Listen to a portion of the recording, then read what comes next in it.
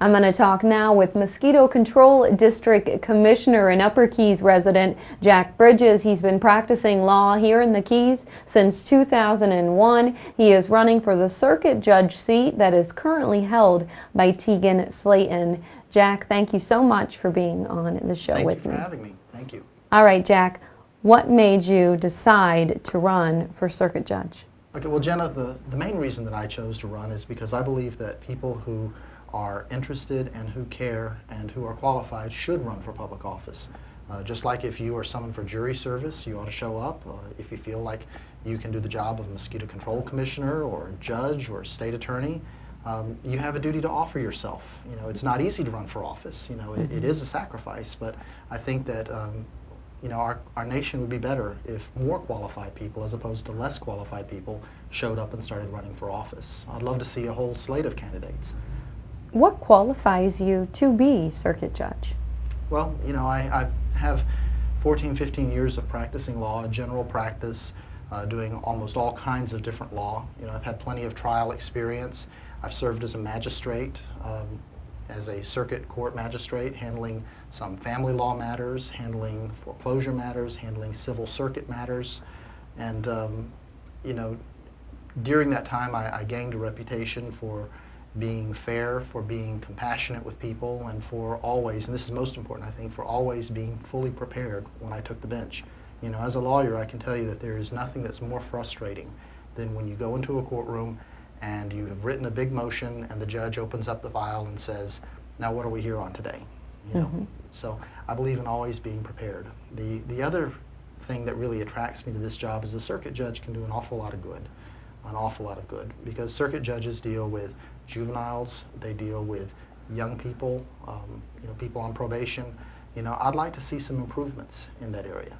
You know, for instance, the law already allows us to take people who are on probation and bring them into court as often as necessary, to commend them or to admonish them, to tell them they need to get their head on straight, to tell them that we're proud of them, whatever. The law already allows judges to do that, but it's very rarely done. Most of the time you see somebody get put on probation, you don't see them again until they either violate the probation or they come back to get their probation terminated. You know, the bottom line is a lot of people, especially young people, don't always think very far in advance. In fact, the ones who were in court didn't think far enough ahead to avoid getting caught. So what I would like to do is treat probation for young people and for juveniles a little bit more like we deal with drug court. Drug court, the people come in quite often and they talk to the judge, and they, you know, the prosecutor's there, the defense attorney is there, they talk with the judge, and the whole team kind of monitors their progress. I would very much like to see that with juveniles. You know, can you imagine what would happen if you had juveniles, a lot of whom, not all of whom, but a lot of whom didn't have the best parenting in the world. If you have a juvenile who says, you know what, last week that judge said he was proud of me. Next week I'm going to make him proud of me again. You know, you can impact generations of people doing that. You're not going to save everybody. I understand that. And I don't want anybody to think that, you know, there's not consequences to criminal behavior or delinquent behavior, because there absolutely are and must be consequences.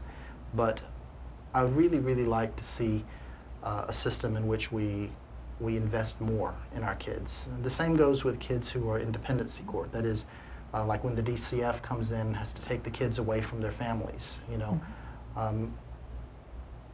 you have to follow the law, and you have to protect everybody's rights. Of course, the parents' rights, everybody else's rights.